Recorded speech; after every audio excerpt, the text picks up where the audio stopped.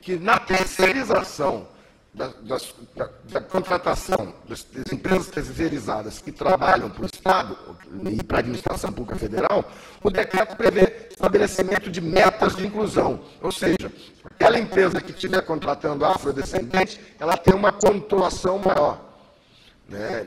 Não tem, olha, você não quer contratar, não tem problema, eu só vou passar o negócio, aquela licitação que tem aqui, a empreiteira, traz para aquela ali que está contratando mais gente, contratando afrodescendente.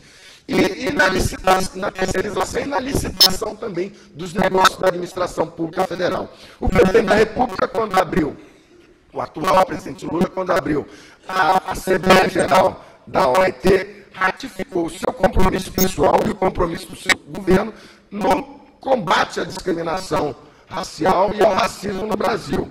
A pergunta é se já tinha um decreto do presidente da República anterior e o compromisso de ratificação do presidente atual, por que a administração pública federal não cumpre o decreto 428? Né, que prevê essas 3 formas de ação afirmativa também. Então veja que o projeto do deputado Amarillo também tem uma previsão legislativa anterior da administração, inclusive de governos diferentes, de partidos políticos diferentes, e que, infelizmente, não sei porquê, os ministros de Estado não cumprem a ordem do chefe, né, porque o comandante-chefe é o presidente da República, seja de um governo ou de outro, e o decreto está em vigor. E, por conta disso, nós somos ao Supremo Tribunal Federal, o Instituto de Advocacia Racial e Ambiental, a Federação Nacional dos Advogados, o Sindicato dos Petroleiros de Sergipe e Alagoas, e mais a FABRAS, a Universidade de Zumbi dos Palmares, fomos ao Supremo Tribunal Federal pedir a notificação dos 37 ministros do Estado por ato de improbidade, uma vez que improbidade não é só se apropriar de recursos públicos, não, mas também é aquele que tem a obrigação de cumprir a lei, cumprir a ordem administrativa, não cumprir. Então, só em não cumprir, os ministros do Estado já estariam em ato de improbidade. Estamos lá discutindo com o Supremo Tribunal Federal, o Supremo Tribunal Federal entende que nós não podemos fazer isso lá e quer mandar para a vara comum. Eu acho que quem é o guardião da Constituição, dos tratados internacionais, é o Supremo Tribunal Federal. Então, estamos acabando de 37 decisões dele, não deixando notificar os ministros, e vamos também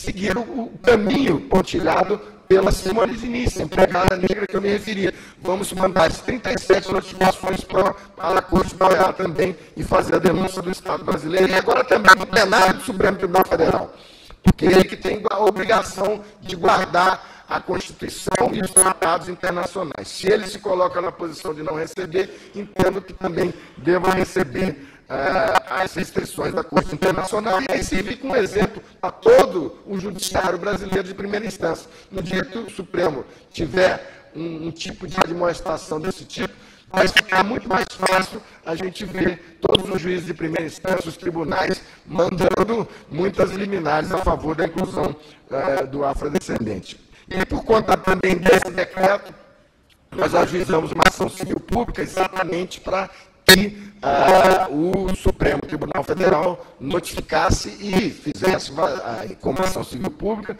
fizesse cumprir a legislação que os ministros do Estado, a nosso ver, não estão cumprindo.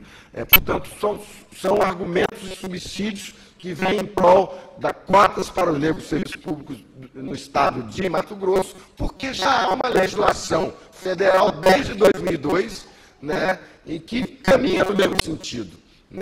E que não vem sendo cumprida. Então, já fico alerta também para que logo depois que seja aprovada a lei, se adote medidas drásticas de fiscalização do seu cumprimento, inclusive, se necessário for, indo às portas do tribunal para obrigar aqueles que têm obrigação de cumprir as leis que são votadas nesse Estado. Por fim, o deputado mencionou, antes de falar disso aqui, queria falar na questão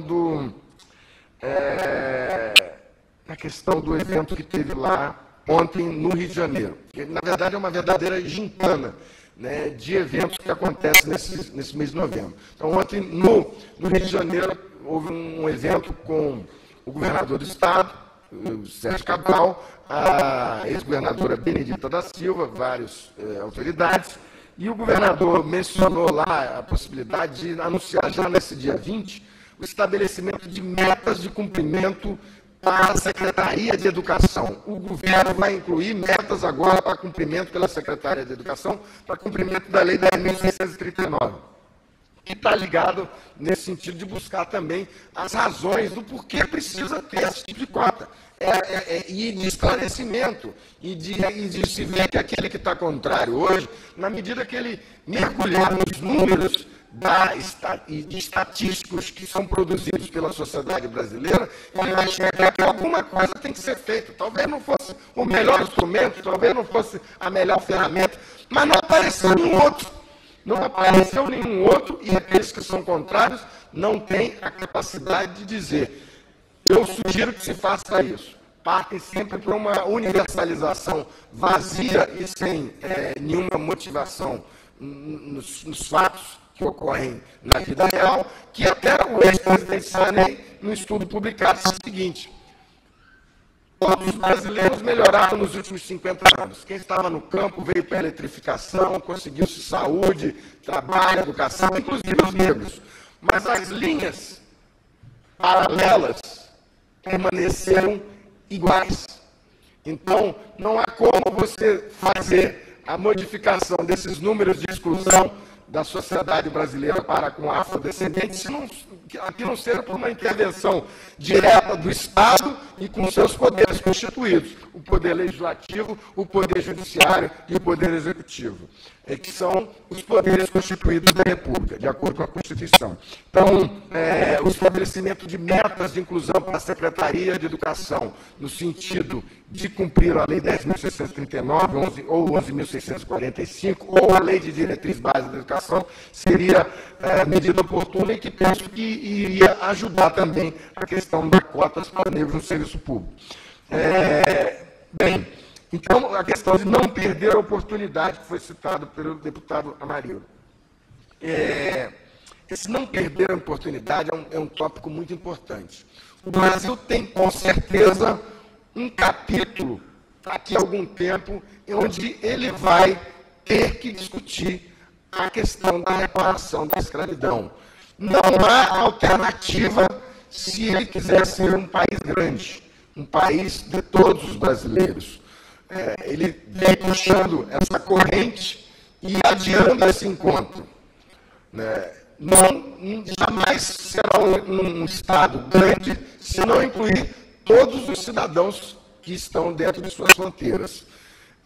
Esse caminho da reparação da escravidão, existem algumas propostas, como foi feita por Fernando Conceição, de pagar $100 mil a cada descendente de escravo, ou pela vereadete Claudete Alves, também do partido de Vossa Excelência, deputado lá em São Paulo, que era de pagar R$2 milhões a cada descendente de africano, e existem mais outras por aí.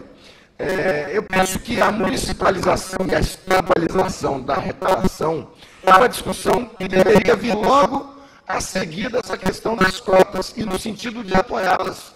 Porque quando estivermos discutindo a questão da reparação da escravidão, cotas vai ficar desse tamaninho.